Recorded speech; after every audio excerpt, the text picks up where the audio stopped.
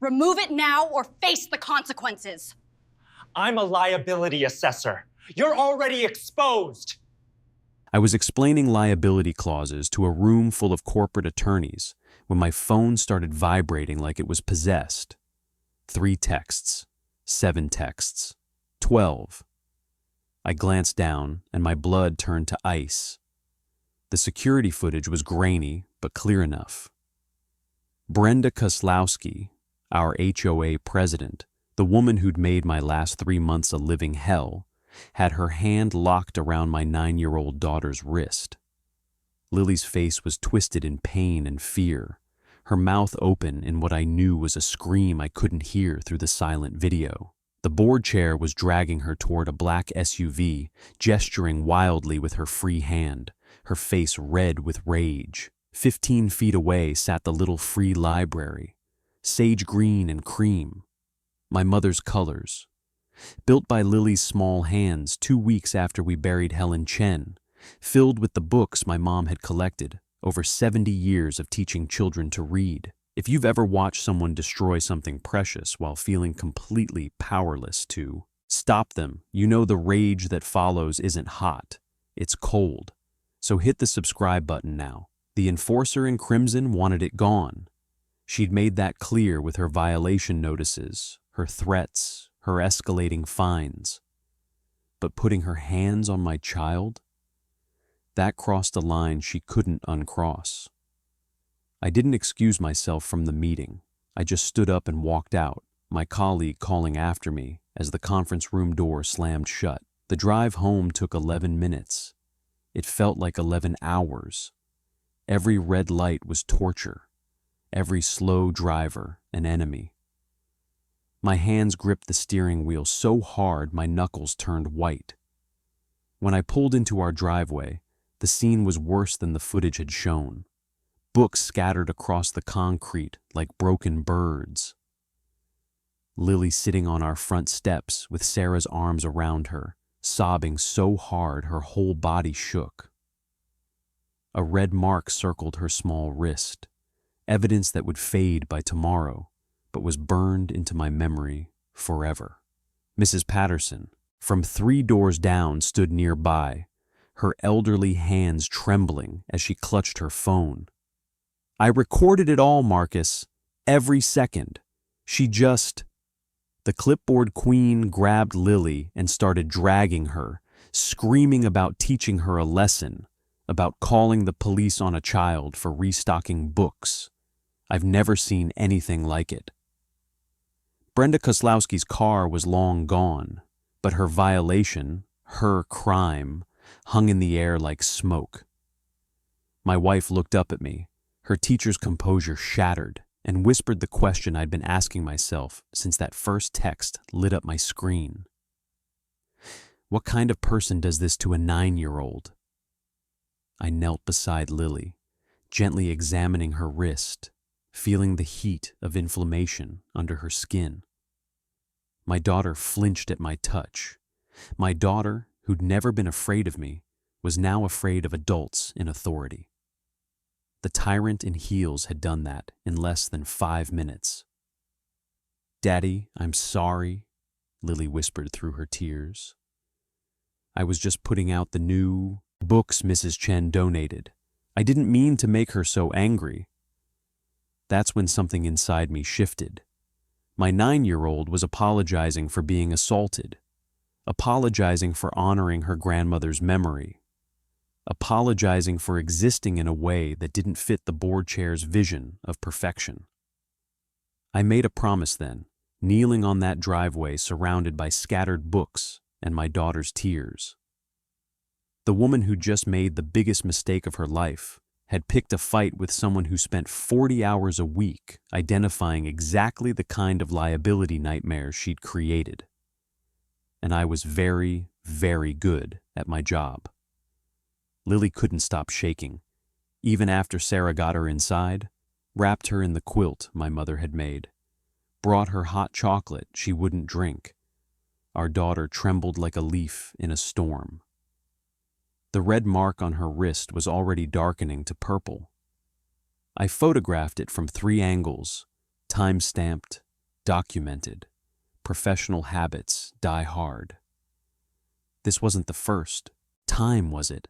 I asked softly, sitting on the edge of her bed. Lily shook her head, tears streaming down her face. The enforcer came last week when you were at work.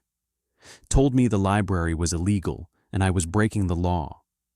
Then on Tuesday, she caught me adding books Mrs. Chen donated. She got really close to my face and said little girls who don't listen end up learning hard lessons. My hands clenched into fists. Sarah put her hand on my shoulder, her own voice tight with fury. There's more, Marcus. I didn't want to worry you with everything going on at work, but... She left the room and returned with a stack of envelopes. Violation notices, each more aggressive than the last. Our mailbox was 3 inches too far forward, $200 fine. Jake's chalk drawing on our driveway was unsightly graffiti, $350 fine. Sarah's car had been parked overlapping the property line by 4 inches, $500 fine. The library itself, $500, then $750, then $1,000, as we failed to comply. They're all from her, Sarah said quietly. Every single one personally signed by Brenda Kozlowski. And look at the dates. They all came when you were traveling for work.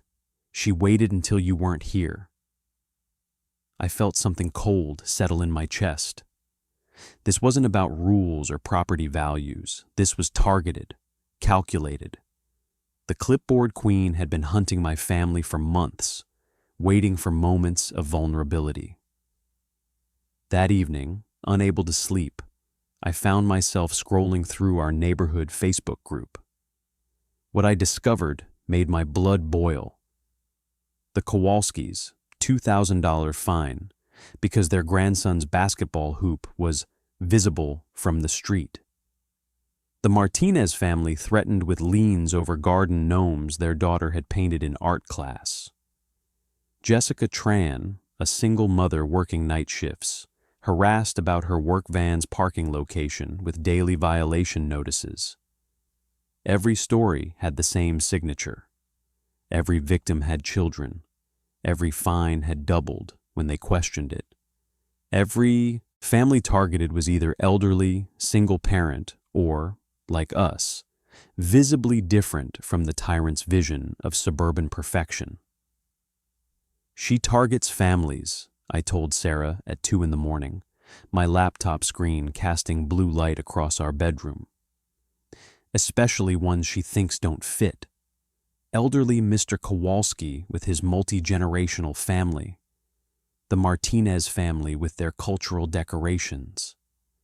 Jessica with her contractor van.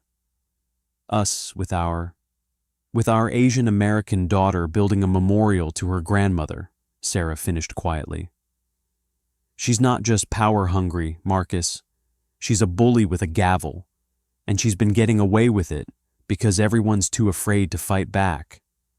They're isolated, alone, thinking they're the only ones.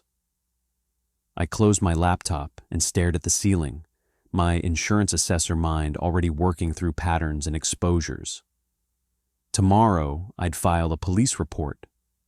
Tonight, I needed to understand exactly who we were dealing with. The woman who'd assaulted.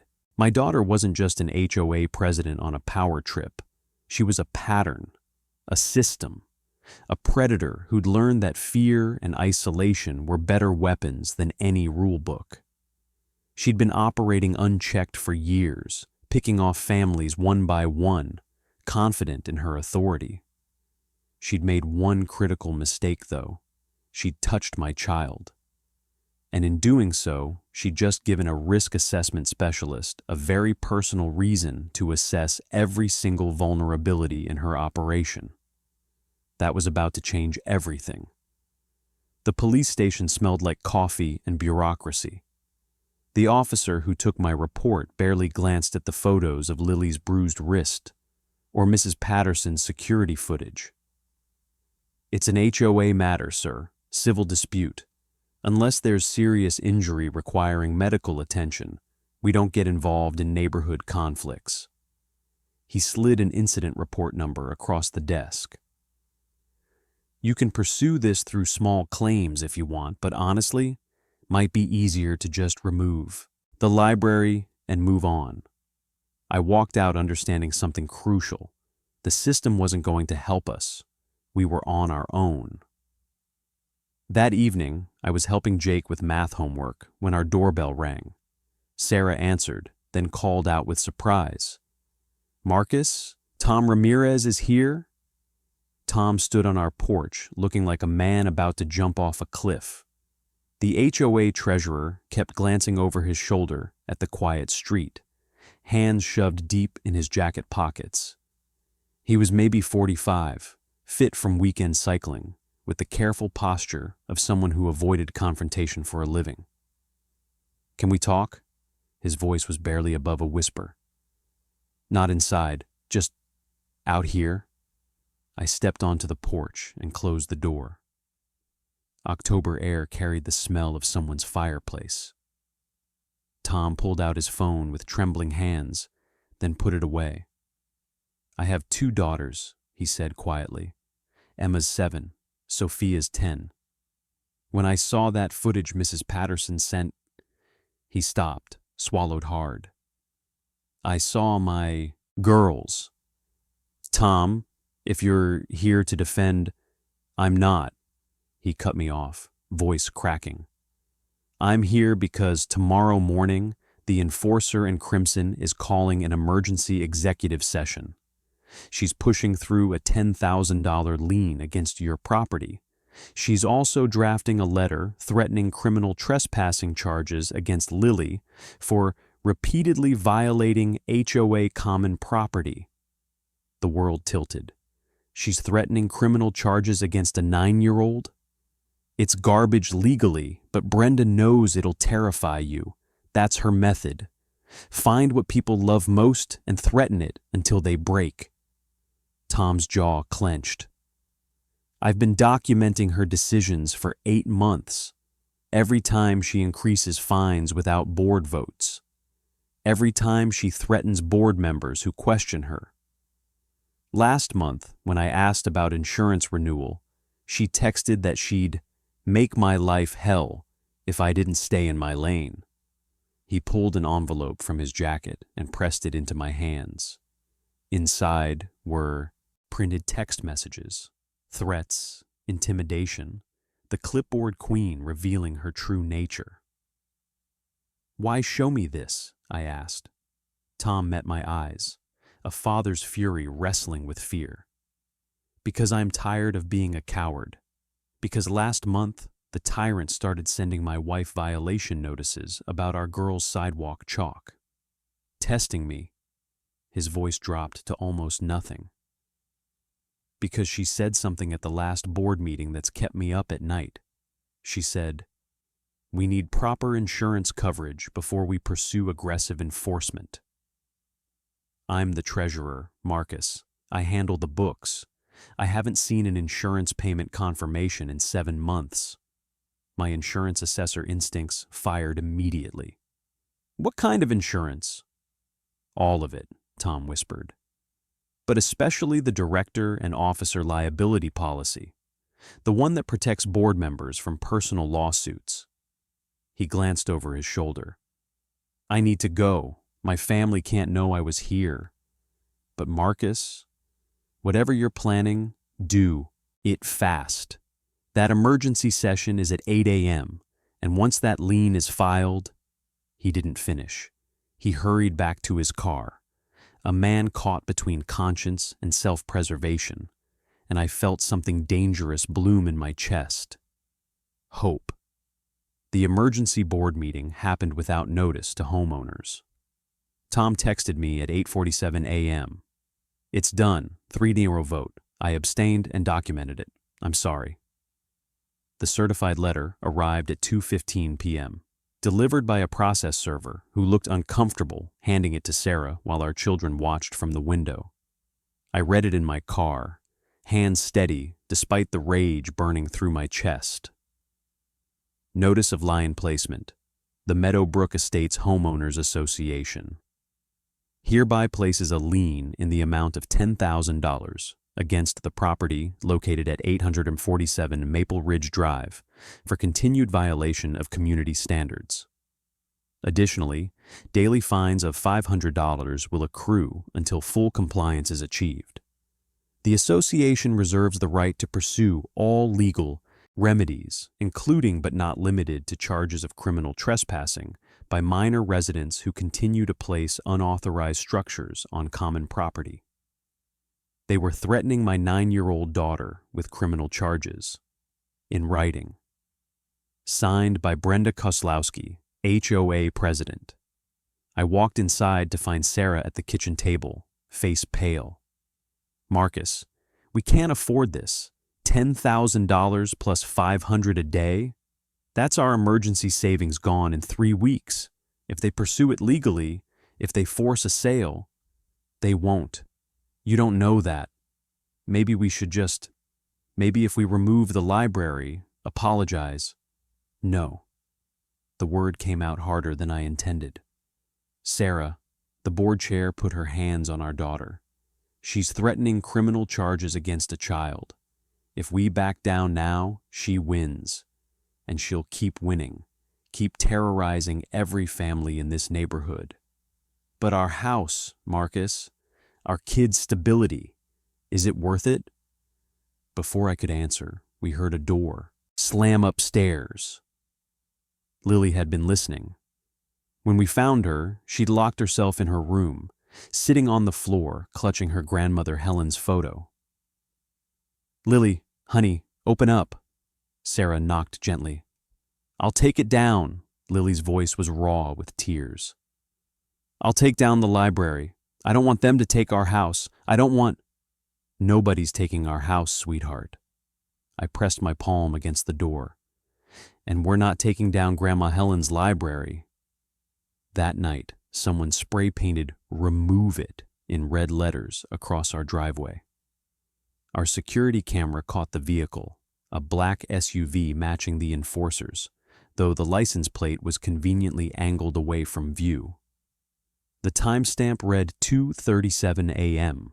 I filed another police report, got the same response. Civil matter, talk to your HOA, consider complying. Sarah didn't speak to me for the rest of the day. I found her in our bedroom that evening, staring at bank statements. I'm trying to figure out how long we can hold out, she said quietly. If they actually pursue this lien, if they force a foreclosure hearing, her voice broke. Marcus, I'm scared. Not just about the money. I'm scared of what this is doing to Lily, to Jake, to us. I'm scared you're going to fight this battle and lose everything we've built. I sat beside her, wanting to promise victory. But I'd spent too many years assessing risk to deal in false certainties. I need you to trust me, I said. 1 more week. If I can't find a way to stop her in 1 week, we'll remove the library and eat the fines. Sarah looked at me with tears streaming down her face. What way? Marcus, the clipboard queen, is HOA president. She has the board behind her. She has lawyers. What do we have?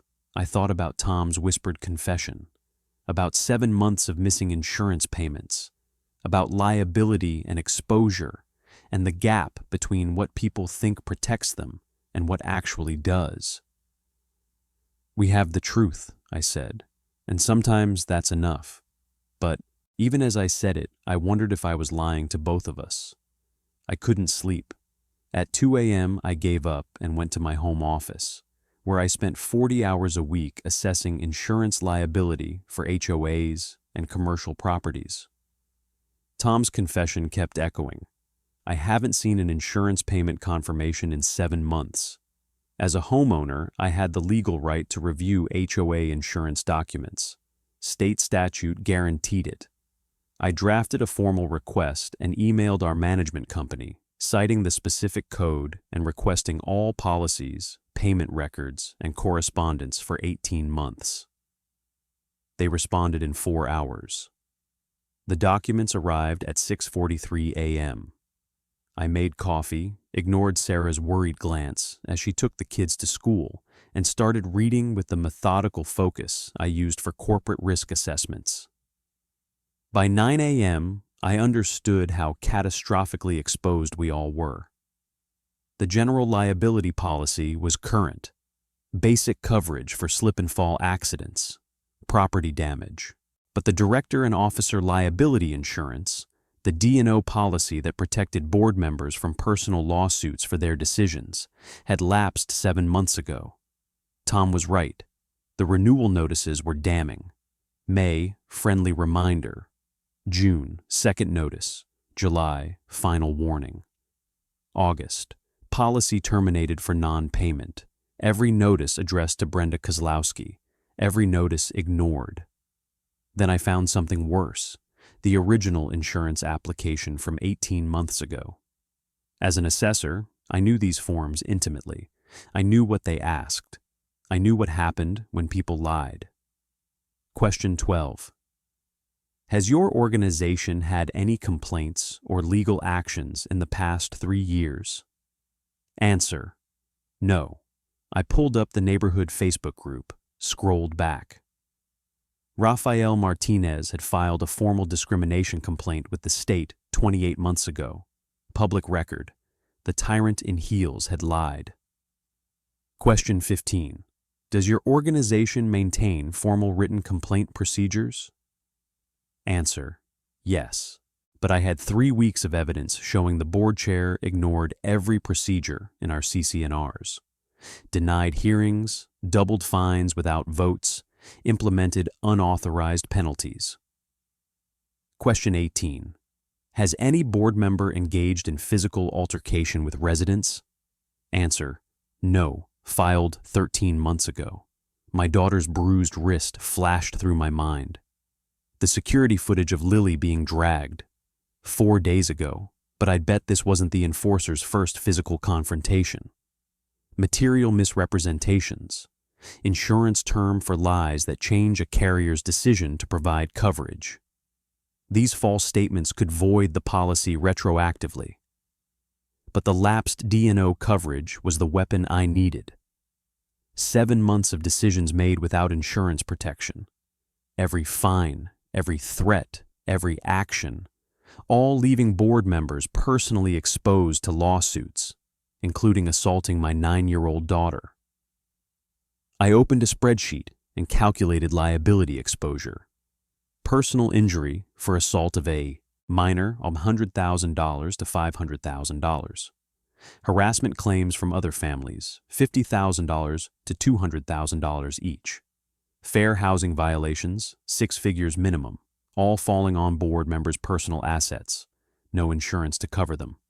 I called a colleague who specialized in HOA litigation. Hypothetical question about board member liability when D&O insurance lapses. 20 minutes later, I had confirmation. Board members faced personal exposure. The misrepresentations gave carriers grounds to deny claims. Any competent lawyer would go after personal assets, homes, retirement accounts, everything. I sat in the morning quiet, sun streaming through my window. Outside, the little free library still stood, sage green and cream. My mother's colors. The woman who'd terrorized my family had been operating without protection for 7 months. The clipboard queen had created a liability nightmare and didn't even know it. She was about to find out. Morning brought clarity. I sat with Lily in her bedroom, sunlight streaming through her window, illuminating the photo of her grandmother she'd been clutching since yesterday. "Sweetheart, I need to ask you something important," I said softly. "Do you want to keep fighting for Grandma's library?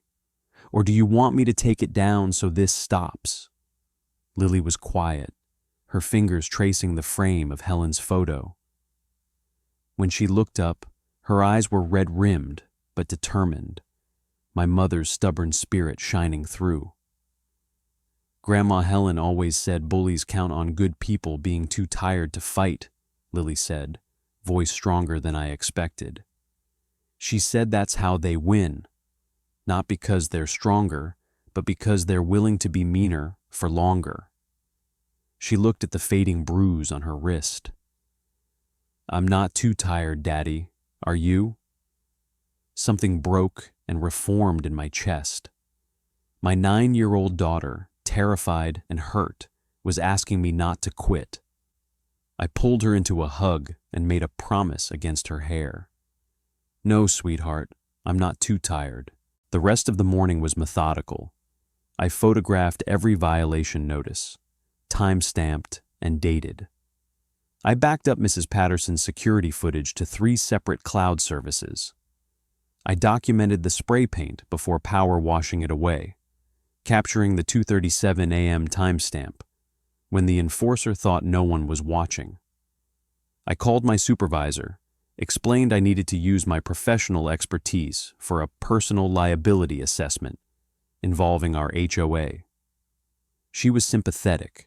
She dealt with HOA nightmares herself and confirmed this didn't violate company policy. Then I did what came naturally after a decade of risk assessment. I began documenting every HOA decision from the past 2 years, cross-referencing them against our CC&Rs, state HOA law, and the insurance policy's coverage requirements. The pattern was damning. The board chair hadn't just been cruel. She'd been operating illegally, fines imposed without proper notice periods, penalties exceeding authorized amounts in governing documents, denials of hearing requests violating state statute, emergency sessions called without required documentation. Every violation created potential liability. Every decision made during the 7-month uninsured period created personal exposure for board members. Sarah found me at my desk at 2 p.m, surrounded by highlighted documents. Marcus, you haven't eaten. The kids are worried. Sarah, this is bigger than our family now, I said, looking up. The clipboard queen has been terrorizing this entire community. The Kowalskis, the Martinez family, Jessica Tran, probably dozens more too afraid to speak up. And she's been doing it while the HOA operated without proper insurance. Every person she's harassed, every illegal fine, they all have claims, and those claims fall on board members personally. Sarah sat down slowly. So you're saying?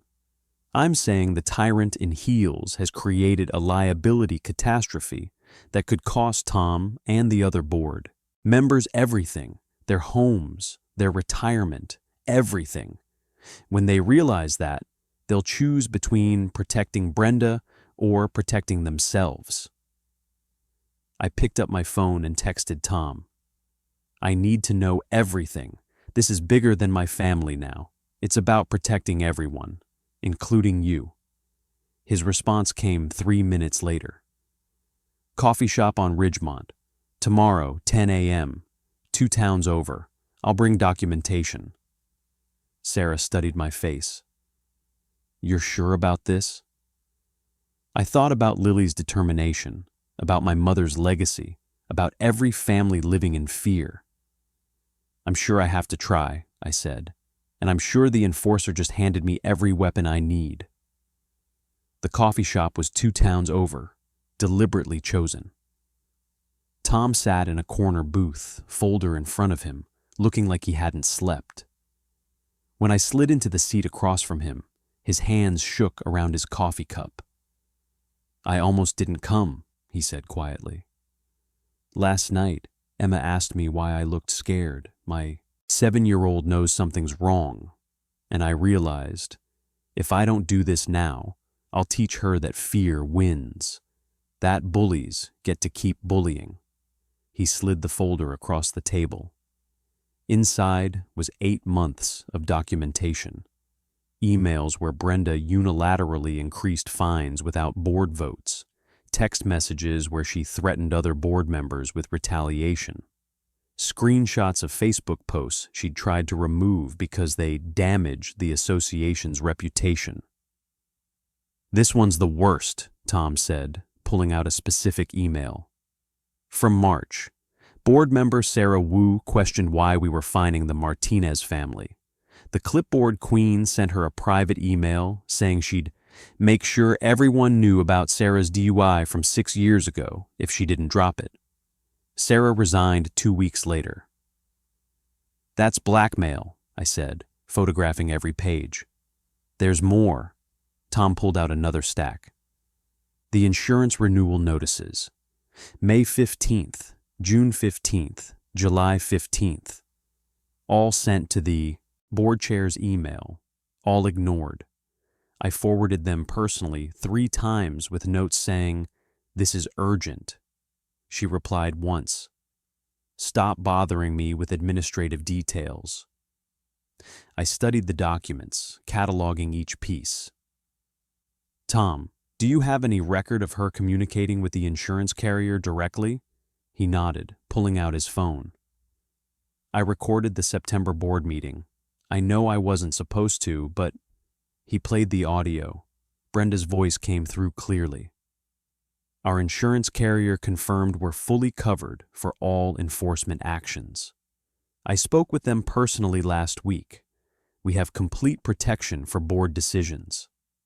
Tom stopped the recording. That was September 12th.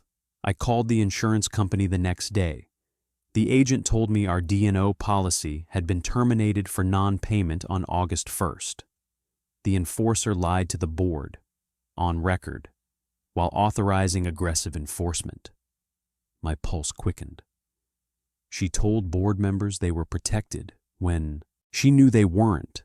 That's fraudulent misrepresentation. There's one more thing. Tom's voice dropped.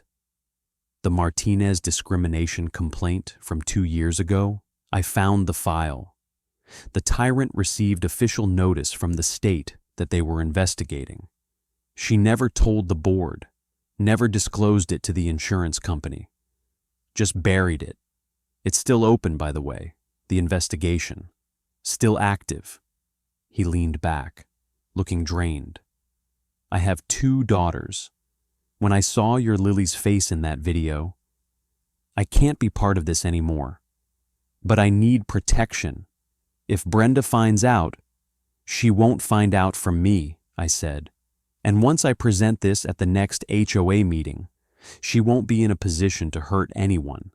The board members won't protect her once they realize she's exposed them to personal liability. Tom pulled out one final document. Next regular HOA meeting is October 28th, 18 days from now. Homeowner comments are on the agenda. You'll have 15 minutes maximum. I'll need less than 10, I said. Tom, at that meeting, I'm going to need you to confirm the insurance lapse, to verify the timeline. Can you do that? He was quiet, fear and resolve warring on his face. Then he thought of his daughters, and something hardened in his expression. Yes, he said. I'll testify. Just end this. End her reign before she destroys anyone else. I shook his hand across the table. That's exactly what I'm planning to do. I converted our dining room into a war room. Laptop, printer, color-coded timeline, legal pads, and Tom's documentation spread across every surface. Sarah brought me coffee and sandwiches I barely touched. This wasn't just about our family anymore. This was about dismantling a system of fear. I operated the way I would for a corporate client, building a comprehensive risk assessment presentation. But instead of identifying risks to protect against, I was weaponizing them. First, I created a timeline, a visual representation of every critical date. May 15th, first insurance renewal notice. June 15th, second notice. July 15th, final warning. August 1st, D&O policy terminated. Then I overlaid every enforcement action the board chair had taken during the uninsured period. August 5th, Kowalski family fined $2,000. August 19th, Martinez family threatened with lien. September the 3rd, Jessica Tran received daily violation notices. September 12th, Brenda lied to board about insurance coverage. September 28th, Martinez discrimination complaint escalated to formal investigation. October worked. My family's violation notices began. October 10th, the enforcer assaulted my daughter. Each action during the uninsured period represented potential personal liability for board members. I calculated conservative estimates for each claim. The Kowalskis, $75,000 for harassment and improper fines. Martinez family, $150,000 for discrimination and emotional distress. Jessica Tran, $50,000 for targeted harassment affecting her employment. My family, $200,000 for assault of a minor, harassment, and intentional infliction of emotional distress. Total potential liability, over $500,000. All falling on 3 board members' personal assets because the clipboard queen had let their insurance lapse while lying about coverage.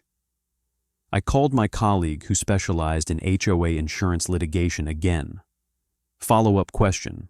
If a board president knowingly lied to other board members about insurance coverage being active, then authorized enforcement actions during the uninsured period, could those board members sue the president personally for fraud? Absolutely, she said. That's textbook fraudulent misrepresentation. The other board members relied on her false statements to their detriment. They'd have claims for fraud, breach of fiduciary duty, and indemnification. They could go after her personal assets to cover their liability exposure. I smiled grimly. Thanks, that's what I thought. Next, I pulled up the insurance application from 18 months ago and created a side-by-side comparison. Left column, what Brenda had claimed on the application. Right column, the documented truth. Each false statement highlighted in red, claimed 0 complaints in past 3 years. Truth, Martinez discrimination complaint filed 28 months ago. Claimed formal written complaint procedures followed. Truth, documented pattern of denying hearings, increasing fines without authorization, ignoring CC&R requirements. Claimed no physical altercations. Truth, assault of 9-year-old minor captured on video. Material misrepresentations that could void coverage retroactively. Even if they somehow renewed the policy, the carrier could refuse any claims based on application fraud. Sarah appeared in the doorway around dinner time. The kids want to know if you're coming to Jake's soccer game tomorrow. I looked up, realizing I'd been working for 6 hours straight. What time? 10 a.m. Marcus, I know this is important, but I'll be there, I said firmly. This can wait a few hours. Jake can't. She smiled, relieved, then looked at the papers covering our dining table. Is it working, your plan? It's more than working, I said. The tyrant in heels created a perfect storm. She let insurance lapse, lied to the board about coverage, committed fraud on the insurance application, and assaulted a child, all while generating massive liability exposure. When I present this to the board, they'll have 2 choices: remove her immediately and try to limit their damages, or protect her and lose everything they own. And if they choose wrong, I thought about that, then I file formal complaints with the State Insurance Commissioner for application fraud, the State Attorney General for the discrimination complaint cover-up, and civil lawsuits on behalf of every family she's harassed. I'll make sure every cent of liability judgment comes from personal assets. But Sarah? I met her eyes. They won't choose wrong. Self-preservation is a powerful motivator. She nodded slowly. Lily asked me today if Grandma would be proud of you, what you're doing. What did you tell her? I told her Grandma Helen would say you're fighting the right fight the right way. using your skills to protect people who can't protect themselves. Sarah paused. I think I finally understand why you couldn't just take down the library and move on. This was never about the library, I said quietly. It was about whether we teach our kids that fear wins, or that standing up to bullies, even powerful ones, is worth the cost.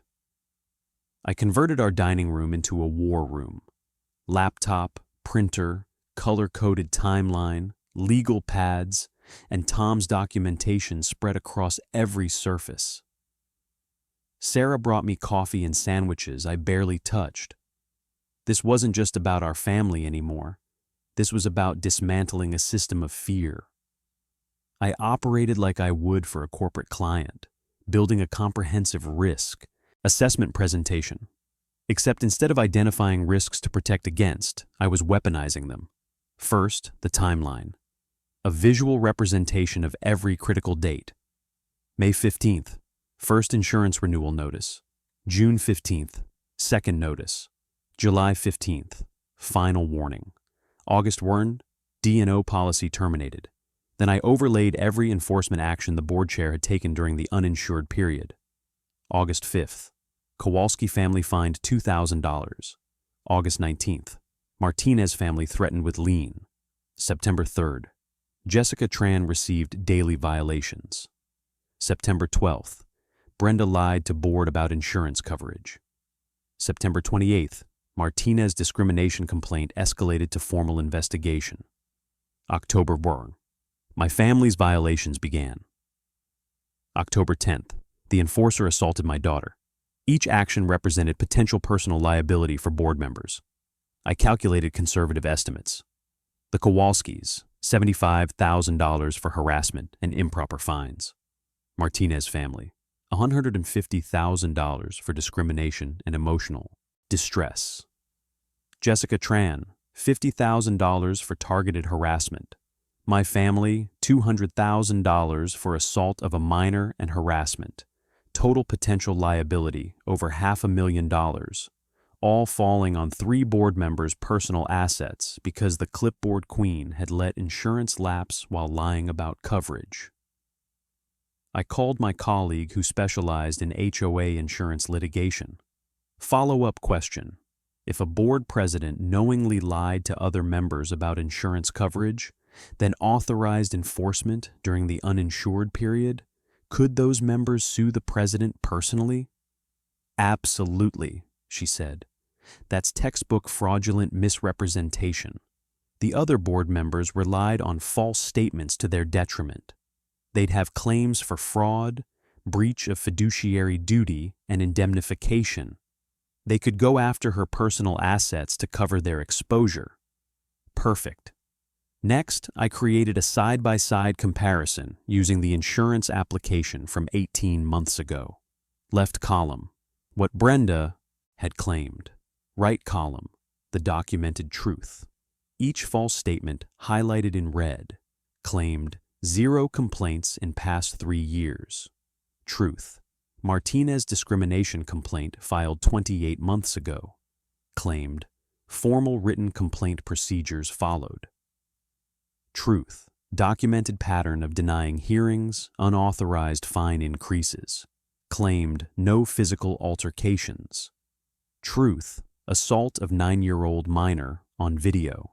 Material misrepresentations that could void coverage retroactively. Even if they renewed the policy, the carrier could refuse claims based on application fraud. Sarah appeared around dinner time. The kids want to know if you're coming to Jake's soccer game tomorrow. I looked up, realizing I'd been working for 6 hours straight. What time? 10 a.m. Marcus, I know this is important, but I'll be there, I said firmly. Jake can't wait. This can. She smiled, relieved, then looked at the papers covering our table. Is it working? Your plan? The tyrant in heels. Created a perfect storm, I said. She let insurance lapse, lied to the board about coverage, committed fraud on the application, and assaulted a child, all while generating massive liability. When I present this, the board will have two choices: remove her immediately and try to limit damages, or protect her and lose everything they own.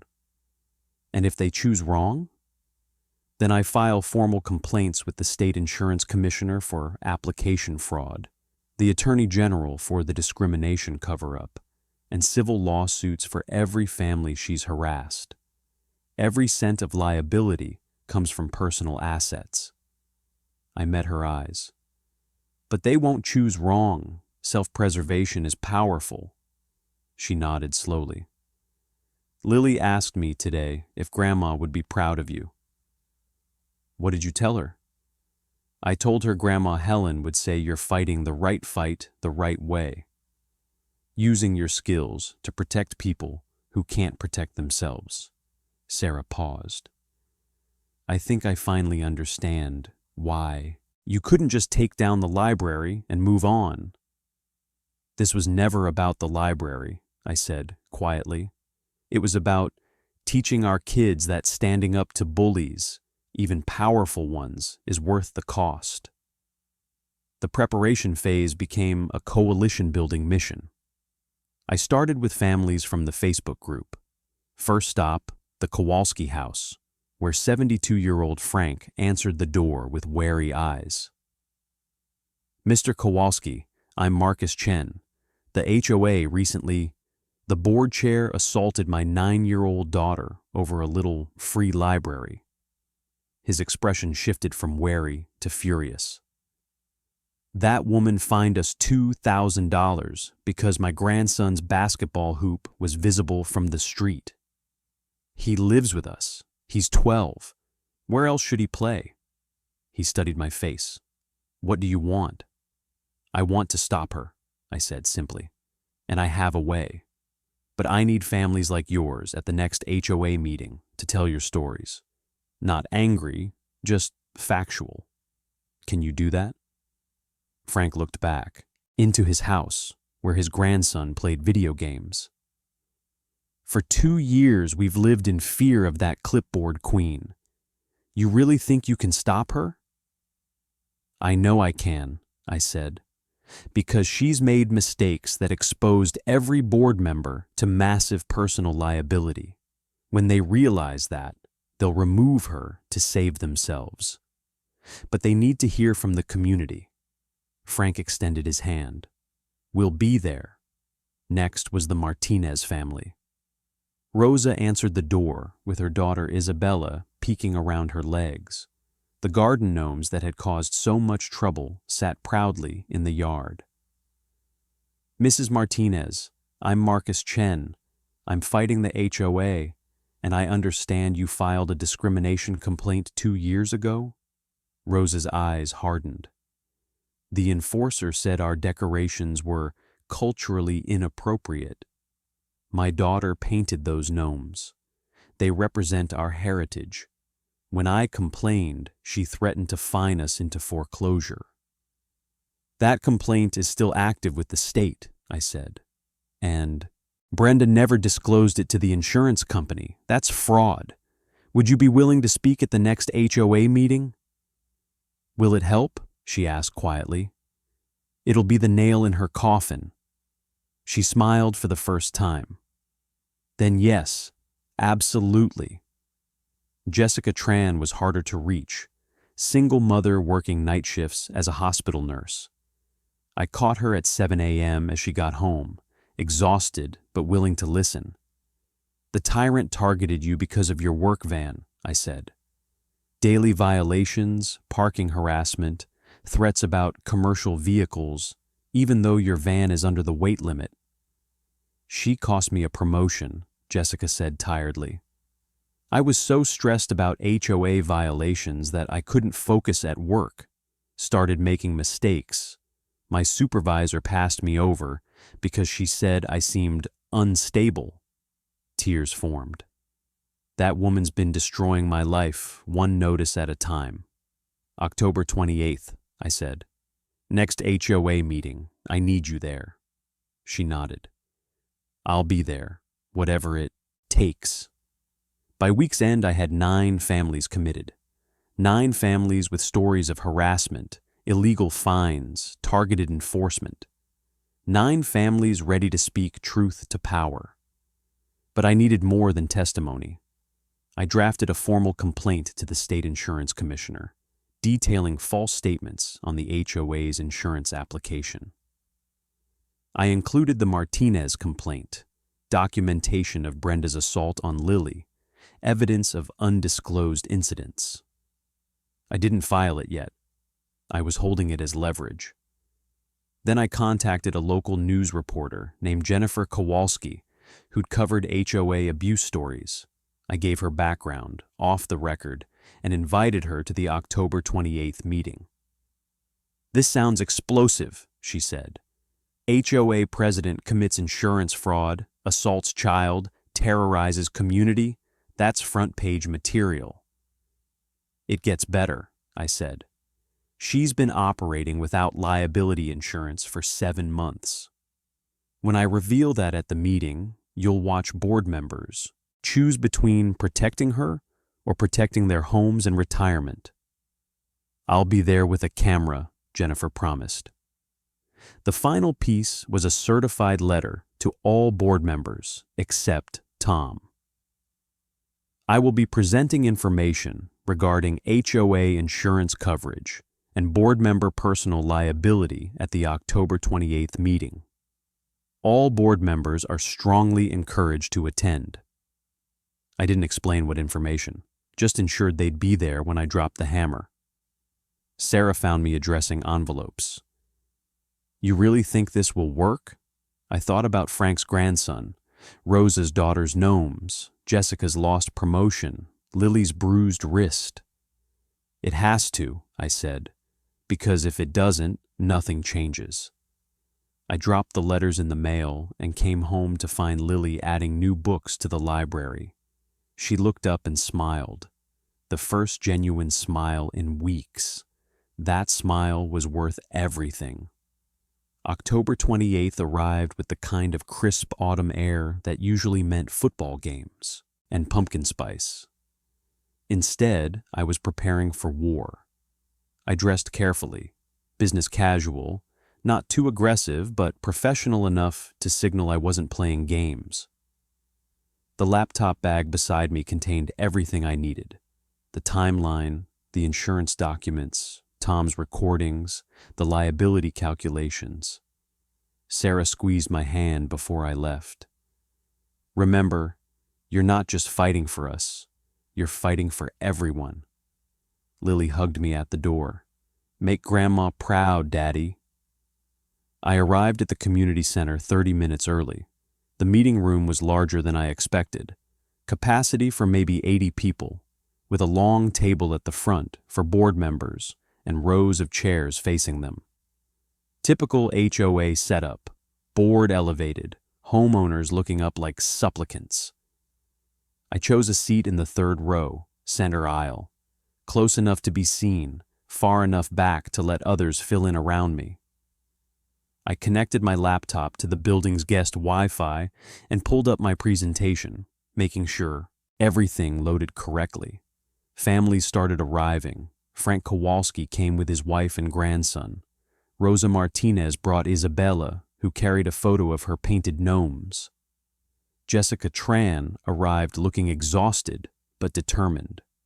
One by one, the families I'd recruited filled the room, choosing seats strategically throughout the space, not clustered together, but spread out so it would look like widespread community concern rather than an organized group.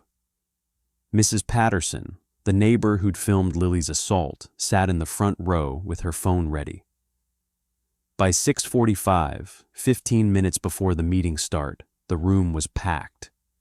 Easily 60 homeowners, unprecedented attendance for a regular board meeting. People were standing along the back wall. The atmosphere felt electric, tense, like everyone knew something significant was about to happen.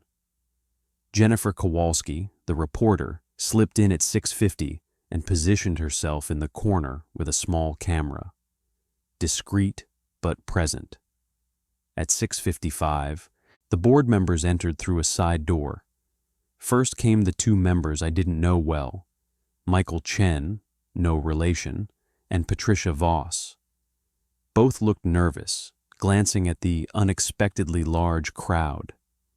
Then Tom Ramirez, carrying his folder, his face carefully neutral, but his eyes finding mine for just a second. A tiny nod of acknowledgement. Finally, at exactly 7 p.m., Brenda Kozlowski swept in like she was entering a throne room.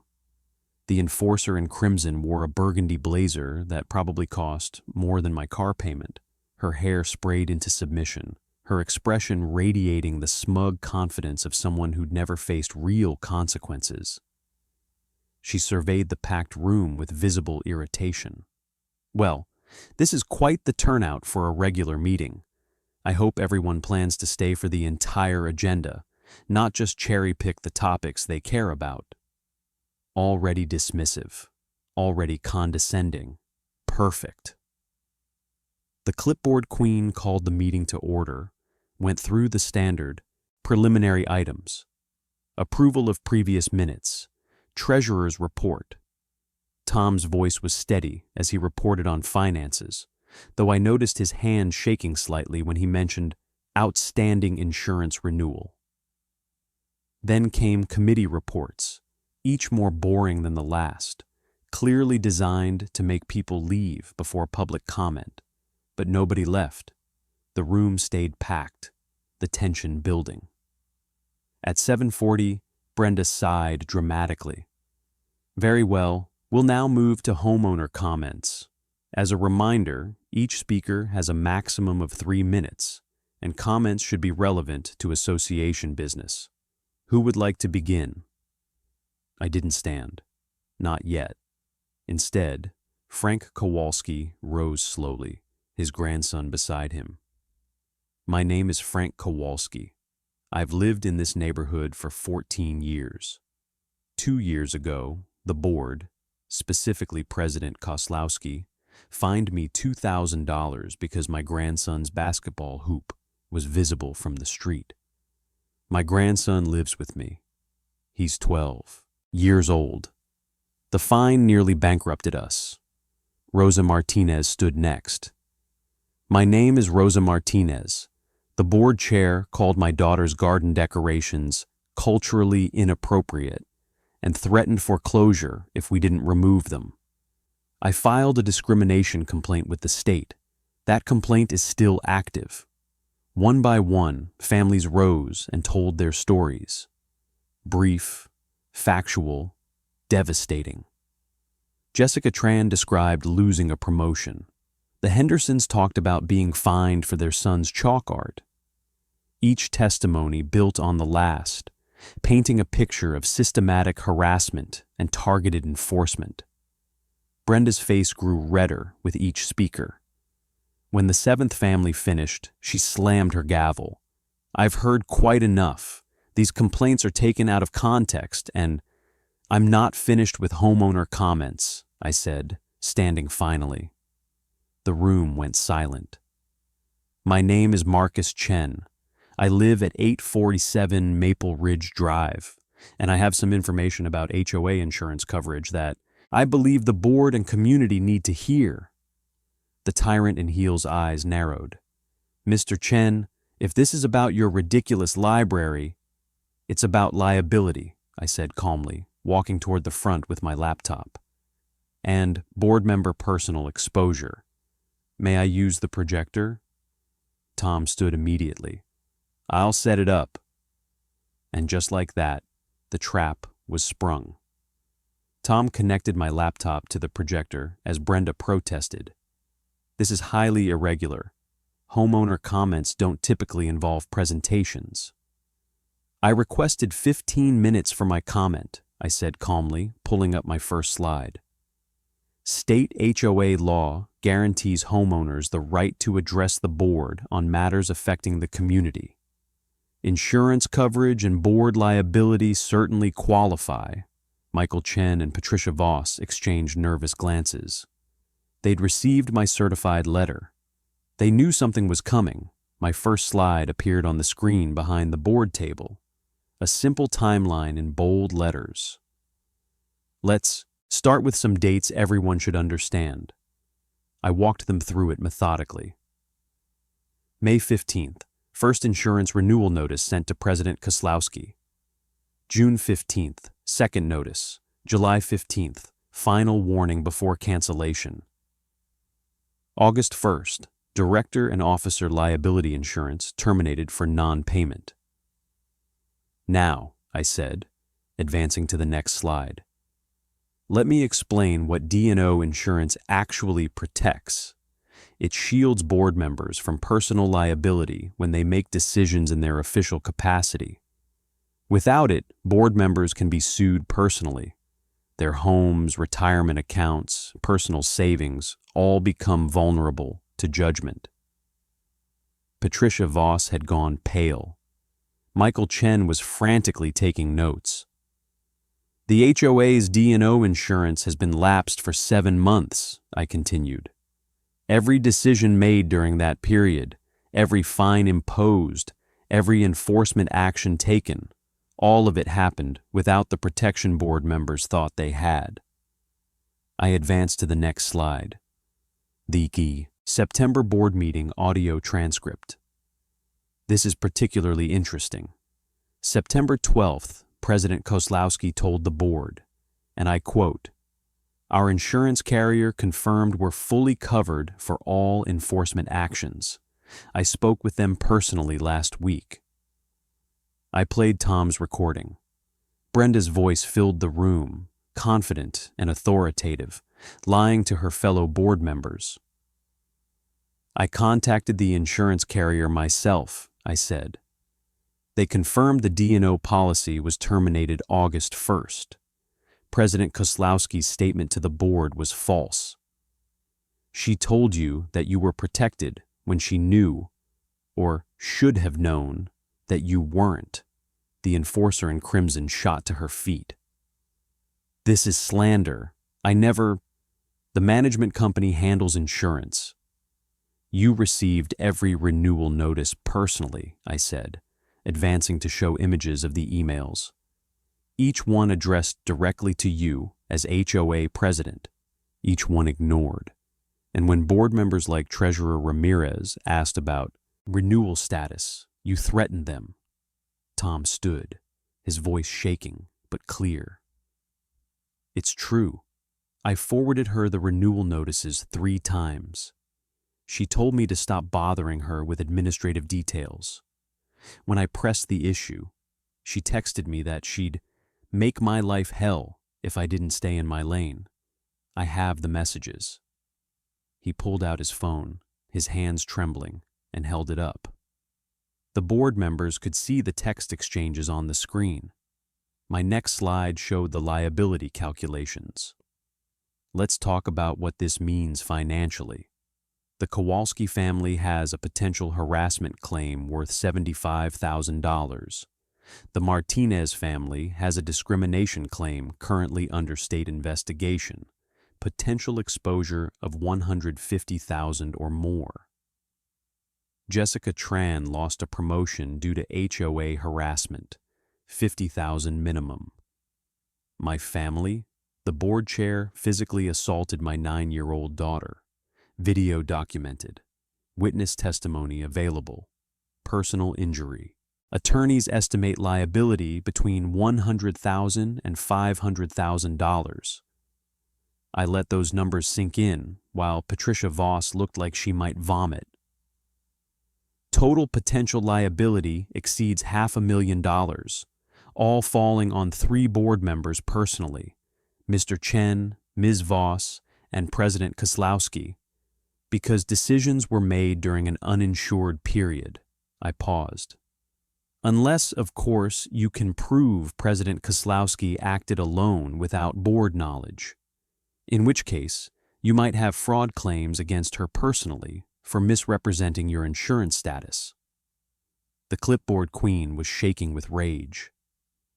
"You're trying to intimidate this board with baseless legal threats." "I'm presenting facts," I said calmly, "but there's more." I advanced to the insurance application slide. This is the HOA's insurance application from 18 months ago. I've highlighted the questions where President Kozlowski provided false information. I walk through each lie. The undisclosed Martinez discrimination complaint. The false claim about following formal procedures. The denial of any physical altercations when I'd now documented at least one assault. These are called material misrepresentations, I explained. They're grounds for the insurance carrier to void coverage retroactively, meaning even if you somehow renewed the policy tomorrow, they could refuse to cover any claims based on application fraud. Jennifer Kowalski's camera was capturing everything. The reporter was practically vibrating with excitement at the story unfolding before her. Michael Chen found his voice. You're saying, even if we had insurance, it might not cover us because of false statements on the application? That's exactly what I'm saying, I confirmed. The insurance carrier has grounds to deny any coverage based on fraud. Which means every board member who's made decisions based on President Kozlowski's assurances about insurance coverage has been operating without protection. I advanced to my final slide, a simple question in large letters. So, what happens now? I turned to face the board directly. You have 3 options. Option 1, do nothing, and every family in this room files civil suits. Your personal assets get seized to cover judgments. Option 2, immediately remove President Kozlowski, implement proper oversight, and try to negotiate settlements with affected families to limit your exposure. Option 3, I file formal complaints with the State Insurance Commissioner for application fraud, the Attorney General regarding the discrimination complaint cover-up, and pursue maximum damages in civil court. The room was dead silent. You could hear people breathing. Patricia Voss spoke first, her voice barely above a whisper. Tom, is all of this accurate? The insurance lapse, the renewal notices, all of it? Tom nodded slowly. Every word. I've been trying to tell you for months. She shut me down every time, threatened me. I documented everything because I knew this day would come. Brenda turned on him, venomous. You traitorous little... Enough, Michael Chen said, standing. His voice was shaking but firm. Madam President, I move that we immediately adjourn to executive session to discuss this matter and consult with legal counsel. Seconded, Patricia Voss said immediately. The tyrant in heels realized she'd lost. Her face went from red to white. You can't just... This is a coup? All in favor? Michael said. Aye, said Patricia. Aye, said Tom. The motion carries 3-1, Michael said. This meeting is adjourned to executive session. As the board filed into the back room, Brenda shot me a look of pure hatred. But beneath the rage, I saw something else. Fear. The families erupted into applause as I packed up my laptop. Frank Kowalski clapped me on the shoulder. Rosa Martinez was crying with relief. Mrs. Patterson was already texting the security footage to other neighbors. 30 minutes later, the board emerged. Brenda Kozlowski was not with them. Michael Chen approached the microphone, his face grim. The board has accepted the resignation of Brenda Kozlowski as HOA president, effective immediately. All fines and liens imposed under her authority are hereby voided pending review. We will be conducting a full audit of board decisions over the past 2 years and implementing new oversight procedures. Any homeowner who believes they were unfairly targeted should submit documentation to the board for review. The room erupted again, this time in cheers. I caught Tom's eye. He looked exhausted but relieved, like a man who'd been carrying a crushing weight and finally put it down. Outside, Jennifer Kowalski caught up with me. "Mr. Chen, can I get a statement for the story?" I thought about my mother, about the library that had started this whole battle, about Lily waiting at home for news. "Sometimes the most powerful thing you can do is refuse to be afraid," I said. "Bullies count on silence and isolation. The moment we came together, shared our stories, and stood up with facts instead of fear, that's when we won," she smiled. "That's perfect. Thank you." I drove home through the October darkness, lighter than I'd felt in months. I pulled into our driveway just after 9. The little free library stood in the glow of our porch light, sage green and cream, my mother's colors exactly as Lily had painted them. The brass plaque caught the light. "In memory of Helen Chen, share stories, build community." Sarah opened the door before I reached it, Lily right behind her. "Well?" "It's over," I said. She resigned. "All our fines are voided. The board's reviewing every enforcement action from the past 2 years. Lily threw her arms around me, squeezing so tight I could barely breathe. "You did it, Daddy. You protected Grandma's library." "We did it," I corrected, hugging her back. "You were brave enough to keep standing up even when you were scared. That's what made the difference." The next week was a whirlwind. The local news story ran, and it went viral. HOA president resigns after insurance fraud exposed made headlines across the state.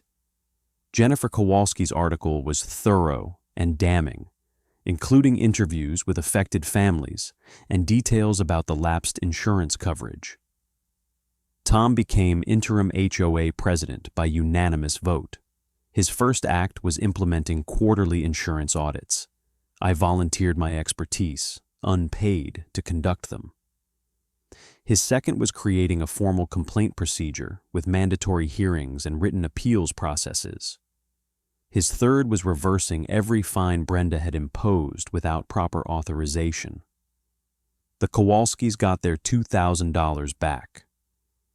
The Martinez family's lien was voided, and the board issued a formal apology.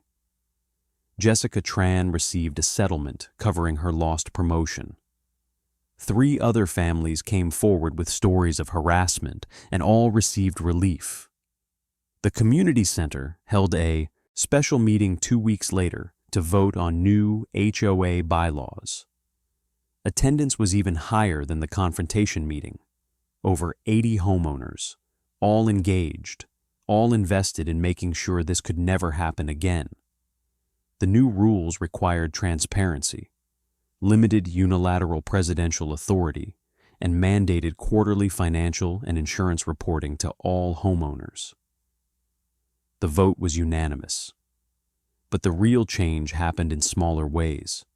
Frank Kowalski's grandson's basketball hoop stayed up, and neighborhood kids started playing together in the evenings.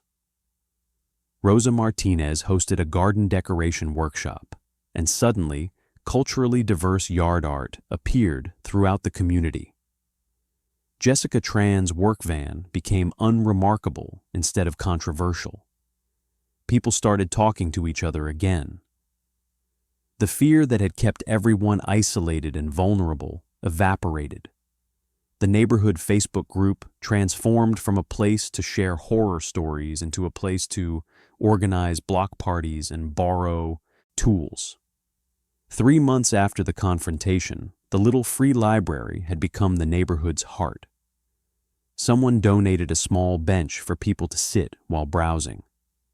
Another neighbor added solar lighting so it was accessible after dark. The Martinez family painted beautiful designs on the sides, blending our cultures together. Lily restocked it every Saturday, and now she had help. Other kids from the neighborhood joined her, making it a weekend ritual. The library overflowed with books, notes, and small treasures people left for each other. The community Brenda had tried to control through fear had become something she'd never intended. Actually, communal. I was sitting on that bench one Sunday afternoon, watching Lily and her new friends organize books, when Tom walked over and sat beside me. "State Insurance Commission closed their investigation," he said. "Brenda settled without admitting wrongdoing, but she paid a significant fine. They're monitoring her for 5 years to make sure she doesn't serve on any HOA boards." "Good," I said simply. "I've been thinking about what you said that night," Tom continued, "about how bullies count on isolation and fear. You know what the scariest part was? I was afraid for so long that I'd started to think fear was normal, that living under her thumb was just the price of neighborhood harmony." He paused. "Thank you for showing me what courage looks like, for showing all of us." "You had courage too," I said. "It takes more bravery to stand up when you're afraid than when you're confident. You could have stayed silent, protected yourself. But you didn't," he smiled. "My daughters painted a picture for you. Emma and Sophia wanted to thank the man who made the mean lady go away. They're inside with your kids right now." I looked through our front window. Inside, I could see Emma and Sophia with Lily and Jake, all of them laughing over something. Sarah was pouring juice boxes, normal Sunday afternoon kid chaos. This was what we'd been fighting for. Not just the library, not just property values or rules. We'd been fighting for the right to live without fear, to raise our kids in a community that protected instead of persecuted, to honor the memories of people we loved without permission from petty tyrants. My mother used to say that the best revenge against cruelty was building something beautiful where cruelty used to live. Looking at that library, at the kids gathered around it, at the neighborhood that had found its voice again, I understood what she meant. The enforcer in crimson had tried to tear us down. Instead, she'd given us a reason to come together. Her attempt to intimidate had backfired so completely that she'd accidentally created the exact community she'd been fighting against. Diverse, supportive, and unwilling to accept fear as the price of belonging.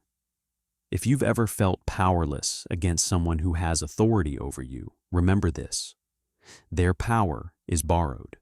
It exists because people believe in it. The moment you stop believing, the moment you stand up and say no more, that power evaporates like morning fog. And if you want more stories about standing up to those who abuse their authority, share this with someone who needs to hear it. Drop a comment telling me where you're watching from and whether you've ever faced down a bully who thought they were untouchable. Sometimes knowing you're not alone is the first step toward finding your courage. Lily called out from the library. "Daddy, someone donated all the Harry Potter books. Can we make a special section?" I stood up, Tom beside me, and walked over to help my daughter organize books in her grandmother's library. The library that had started a war. The library that had ended a tyrant's reign. The library that had taught an entire community what it meant to stand together. Some battles are worth fighting. Some lines are worth drawing. And sometimes the smallest acts of defiance, like a 9-year-old girl honoring her grandmother with painted wood and donated books, can change everything.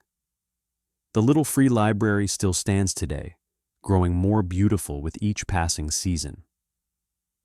And every time someone borrows a book, adds a treasure, or sits on that bench to read in the sunshine, they're participating in the legacy my mother wanted to leave behind.